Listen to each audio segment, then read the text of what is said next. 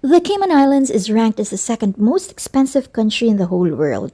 Expensive as it is, naturally, this is the land of the richest of the rich people. The top three industries here are financial services, tourism, and construction industry.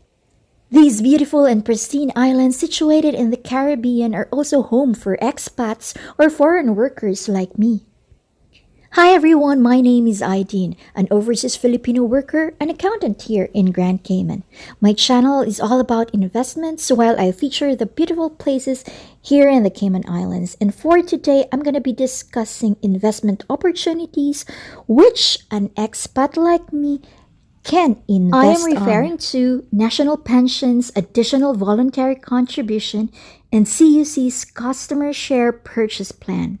If you want to know more about these investment opportunities, please stay tuned. And at the end of this video, I still have one more saving tip as bonus for you.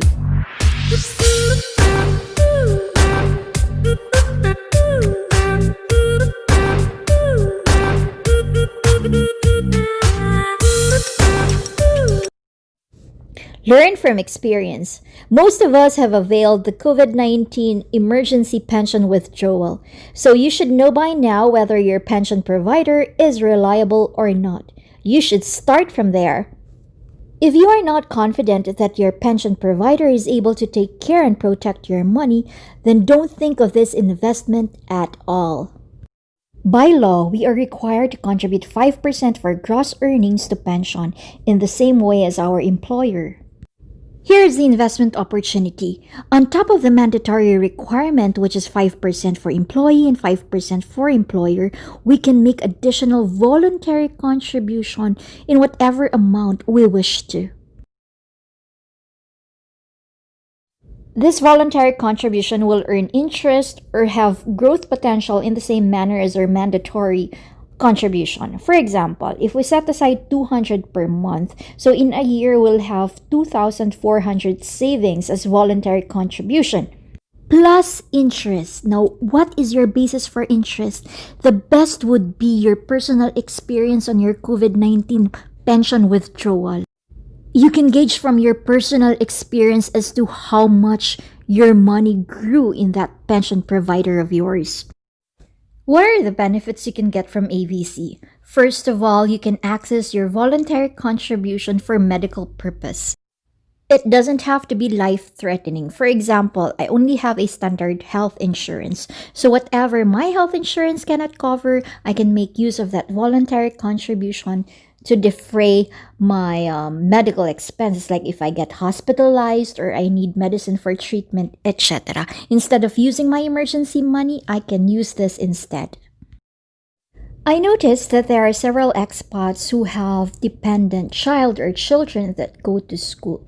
Do you know that you can also access your voluntary contribution for educational purposes? As long as your dependent child is below 23 years old and is enrolled full-time. So for expat couples out there who are planning to have children or planning to bring their dependent children here in the Cayman Islands, then you should consider this investment. Third is for housing purposes, like you can buy a residential land or you can construct your house or have your existing house repaired, remodeled, or renovated, as long as you have the legal title and the property is in the Cayman Islands, of course. You can also access your voluntary contribution to pay off your mortgage in full. Clarification on the renovation, it has to be the physical structure of the house. So meaning swimming pool and fences are not included, as well as procurement of appliances and furniture are not included. And last, which all of expats can benefit from, is of course temporary unemployment. Like what happened during COVID-19, many expats were displaced from their jobs. For clarification, we need to be unemployed for 3 months and continue to be unemployed for the next 6 months, or a total of 9 months. So yes, if our work permit expires and we no longer have a job opportunity here and we decide to return to our homeland, we can make use of our voluntary contribution. So aside from our savings, if we lose our job, at least we have additional voluntary contribution to rely on. Since additional voluntary contribution is our personal investment, repayment is not required should we access this for any of the purposes mentioned earlier. You can ask your pension administrator should you need further information about this investment. Let's talk about CSPP or Customer Share Purchase Plan for Class A ordinary shares of CUC which are listed in US dollars in Toronto Stock Exchange. This investment is exclusive to CUC's customers. The minimum investment requirement is $30 and the maximum is $14,400 per calendar year. As of August 19, it's trading in Toronto Stock Exchange at $14.90. The good thing about this is that CUC bears the administrative cost and they don't charge brokerage commission fees. Like any stocks, there are two ways to benefit from this investment. One is through dividends and the other is through capital appreciation. CUC declares and pays cash dividends quarterly at 0.175 or 0.70 annually. It is important to understand that cash dividends are compounded, meaning you don't take out the cash, instead it is automatically reinvested to the plan. On the other hand, capital appreciation is when, upon termination of the plan, the market value goes up. Like in this example, the market value is at 14.90. So if it accelerates or appreciates, then aside from dividends, you also earn from it. If you want to avail of this plan, you have to establish first your identification with their authorized agent, fill out a form, and of course, pay the required sum of investment. So if you are an expat and your work permit expires and you no longer have job opportunities here, aside from your savings, if you have investments in CUC, then this is additional funds you can rely on and take with you when you return to your homeland.